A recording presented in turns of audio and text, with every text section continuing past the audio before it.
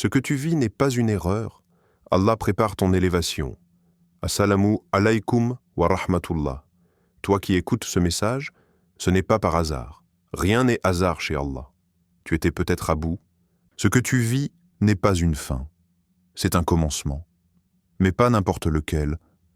Un commencement guidé par celui qui voit plus loin que tes rêves. 2.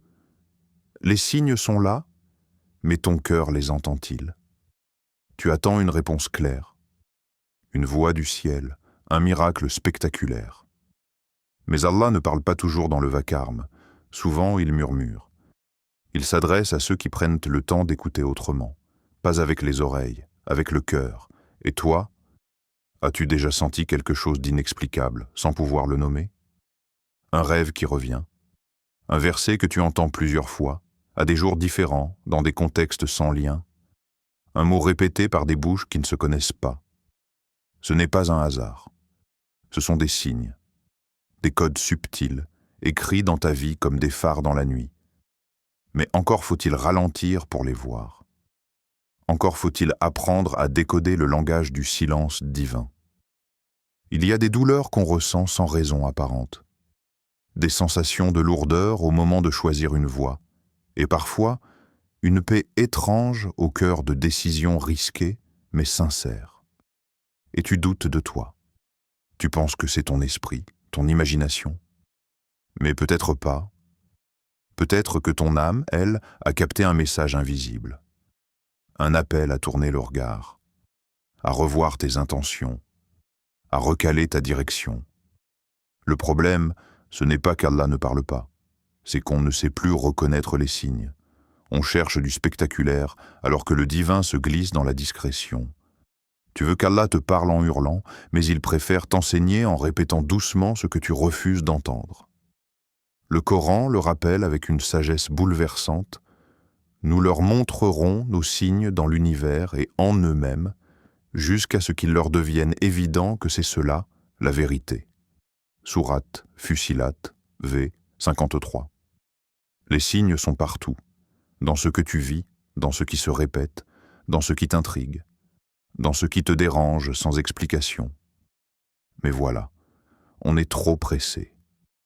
On efface ce qui nous dérange sans y réfléchir. On appelle coïncidence ce qui était une invitation à s'arrêter. Tu ne peux pas toujours expliquer ce que tu ressens, mais tu peux l'accueillir, tu peux l'observer, tu peux l'offrir à Allah dans ta prière. Et parfois, un simple frisson, une sensation de déjà-vu, un battement de cœur un peu plus fort que les autres. C'est lui. Lui qui te dit « Je suis là, regarde encore ». Ce que tu appelles confusion est parfois un message divin codé. Et si tu ne sais pas encore l'interpréter, ne le rejette pas trop vite. Peut-être qu'un jour, tu comprendras que c'est ce silence-là qui t'a sauvé. 3. Derrière la douleur, un cadeau caché. Tu ris, parfois fort. Mais ton cœur est fatigué. Tu souris par habitude. Tu réponds « ça va », comme un automatisme. Mais dans ton silence, il y a des soupirs que personne n'entend. Tu portes des fardeaux invisibles, des blessures jamais dites, des cicatrices anciennes que tu recouches chaque jour avec des fils d'espoir. Et pourtant, malgré tes efforts, une question revient. Pourquoi moi? Pourquoi cette douleur? Pourquoi encore? Tu as l'impression d'être puni, abandonné ou peut-être oublié, mais non. Ce n'est pas une punition, c'est une formation. Un atelier secret, un chantier intérieur que ton âme traverse, même si ton esprit ne comprend pas. Allah ne t'a pas laissé. Il t'éduque. Il t'élève à travers ce qui semble te briser. Car parfois, la douleur est le seul langage que le cœur comprend quand il refuse d'écouter autrement. Tu vois, tant que tout allait bien, tu pensais contrôler ta foi. Mais c'est dans l'épreuve que ta vraie croyance se révèle. Dans l'inconfort que ton attachement au monde se fissure, et dans la perte que tu reviens enfin vers ce qui ne t'abandonne jamais, Allah. Car parfois, ce que tu crois acquis n'est qu'une illusion. Une sécurité instable, un bonheur temporaire, un lien qui te tirait discrètement loin du divin. Et Allah, dans sa sagesse, vient arracher ce qui t'empoisonne doucement, même si, sur le moment, tu l'appelles souffrance. Il est celui qui guérit sans anesthésie, celui qui reconstruit sans toujours t'expliquer, celui qui casse, mais jamais sans reconstruire en mieux. C'est ce que nous rappelle la parole divine. Peut-être que vous détestez quelque chose en laquelle Allah a mis un grand bien. Sourate An-Nisa, v. 19. Ce que tu appelles chute est parfois une position nécessaire pour recommencer à genoux devant Allah. Et c'est là que tout commence. Quand tu arrêtes de fuir la douleur et que tu commences à l'interroger. Quand tu cesses de te débattre et que tu acceptes que cette nuit a été permise pour te rapprocher de l'aube, regarde en arrière. Les moments qui t'ont fait le plus mal, ne sont-ils pas ceux qui t'ont le plus transformé? Ce n'est pas après les fêtes, mais après les larmes que tu as fait les choix les plus forts. C'est après les pertes que tu as trouvé ta vérité. Et souvent, c'est quand tout le monde s'éloignait qu'Allah s'est approché. Ce que tu vis n'est pas là pour te détruire. C'est un pont vers une version de toi plus sincère, plus libre, plus spirituelle. Et si tu oses rester dans cette douleur, pas pour t'y noyer, mais pour y prier, tu verras qu'elle n'était pas vide. Elle contenait un cadeau invisible. Et pourtant, malgré tes efforts, une question revient. Pourquoi moi? Pourquoi cette douleur? Pourquoi encore? Tu as l'impression d'être puni, abandonné, ou peut-être oublié, mais non, ce n'est pas une punition. C'est une formation, un atelier secret, un chantier intérieur que ton âme traverse, même si ton esprit ne comprend pas. Allah ne t'a pas laissé. Il t'éduque. Il t'élève à travers ce qui semble te briser. Car parfois, la douleur est le seul langage que le cœur comprend quand il refuse d'écouter autrement. Tu vois, tant que tout allait bien, tu pensais contrôler ta foi. Mais c'est dans l'épreuve que ta vraie croyance se révèle, dans l'inconfort que ton attachement au monde se fissure, et dans la perte que tu reviens enfin vers ce qui ne t'abandonne jamais, Allah. Car parfois, ce que tu crois acquis n'est qu'une illusion, une sécurité instable, un bonheur temporaire, un lien qui te tirait discrètement loin du divin. Et Allah, dans sa sagesse, vient arracher ce qui t'empoisonne doucement, même si sur le moment tu l'appelles souffrance. Il est celui qui guérit sans anesthésie, celui qui reconstruit sans toujours t'expliquer, celui qui casse, mais jamais sans reconstruire en mieux. C'est ce que nous rappelle la parole divine. Peut-être que vous détestez quelque chose en laquelle Allah a mis un grand bien. Sourate An-Nisa, verset 19. Ce que tu appelles chute est parfois une position nécessaire pour recommencer à genoux devant Allah. Et c'est là que tout commence. Quand tu arrêtes de fuir la douleur et que tu commences à l'interroger. Quand tu cesses de te débattre et que tu acceptes que cette nuit a été permise pour te rapprocher de l'aube. Regarde en arrière. Les moments qui t'ont fait le plus mal. Ne sont-ils pas ceux qui t'ont le plus transformé? Ce n'est pas après les fêtes, mais après les larmes que tu as fait les choix les plus forts. C'est après les pertes que tu as trouvé ta vérité.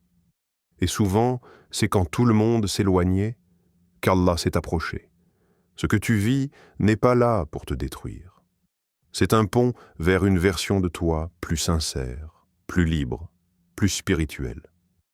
Et si tu oses rester dans cette douleur, pas pour t'y noyer, mais pour y prier, tu verras qu'elle n'était pas vide. Elle contenait un cadeau invisible.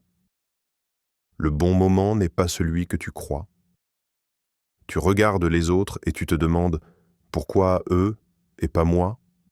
Tu vois des sourires, des réussites, des mariages, des voyages, des projets qui naissent, s'installent, se réalisent. Et toi, tu es là, tu avances, lentement. Tu pries, tu espères, tu invoques. Et rien ne bouge. Tu dis à ton cœur, patiente. Mais il commence à douter. Et dans ce silence prolongé, une pensée douloureuse s'installe. Et si j'étais oublié? Mais tu n'es pas oublié. Tu es en attente surveillée. Allah ne t'a pas fermé la porte. Il l'a simplement gardée fermée pour l'instant. Pas par négligence, mais par miséricorde. Parce que ce que tu veux maintenant, pourrait te faire du mal. Ce que tu veux aujourd'hui, avec tout ton cœur, Allah sait qu'il pourrait étouffer ton âme. Et pourtant, malgré tes efforts, une question revient. Pourquoi moi? Pourquoi cette douleur? Pourquoi encore? Tu as l'impression d'être puni, abandonné, ou peut-être oublié, mais non, ce n'est pas une punition. C'est une formation, un atelier secret, un chantier intérieur que ton âme traverse, même si ton esprit ne comprend pas. Allah ne t'a pas laissé. Il t'éduque. Il t'élève à travers ce qui semble te briser. Car parfois, la douleur est le seul langage que le cœur comprend quand il refuse d'écouter autrement. Tu vois, tant que tout allait bien, tu pensais contrôler ta foi. Mais c'est dans l'épreuve que ta vraie croyance se révèle, dans l'inconfort que ton attachement au monde se fissure, et dans la perte que tu reviens enfin vers ce qui ne t'abandonne jamais, Allah. Car parfois, ce que tu crois acquis n'est qu'une illusion, une sécurité instable, un bonheur temporaire, un lien qui te tirait discrètement loin du divin. Et Allah, dans sa sagesse, vient arracher ce qui t'empoisonne doucement, même si sur le moment tu l'appelles souffrance. Il est celui qui guérit sans anesthésie, celui qui reconstruit sans toujours t'expliquer, celui qui casse, mais jamais sans reconstruire en mieux. C'est ce que nous rappelle la parole divine. Peut-être que vous détestez quelque chose en laquelle Allah a mis un grand bien. Sourate An-Nisa, verset 19. Ce que tu appelles chute est parfois une position nécessaire pour recommencer à genoux devant Allah. Et c'est là que tout commence. Quand tu arrêtes de fuir la douleur et que tu commences à l'interroger. Quand tu cesses de te débattre et que tu acceptes que cette nuit a été permise pour te rapprocher de l'aube. Regarde en arrière. Les moments qui t'ont fait le plus mal. Ne sont-ils pas ceux qui t'ont le plus transformé? Ce n'est pas après les fêtes, mais après les larmes que tu as fait les choix les plus forts. C'est après les pertes que tu as trouvé ta vérité. Et souvent, c'est quand tout le monde s'éloignait qu'Allah s'est approché. Ce que tu vis n'est pas là pour te détruire. C'est un pont vers une version de toi plus sincère, plus libre, plus spirituelle. Et si tu oses rester dans cette douleur, pas pour t'y noyer, mais pour y prier, tu verras qu'elle n'était pas vide. Elle contenait un cadeau invisible. Le bon moment n'est pas celui que tu crois. Tu regardes les autres et tu te demandes pourquoi eux et pas moi. Tu vois des sourires, des réussites, des mariages, des voyages, des projets qui naissent, s'installent, se réalisent. Et toi, tu es là, tu avances, lentement. Tu pries, tu espères, tu invoques. Et rien ne bouge. Tu dis à ton cœur, patiente.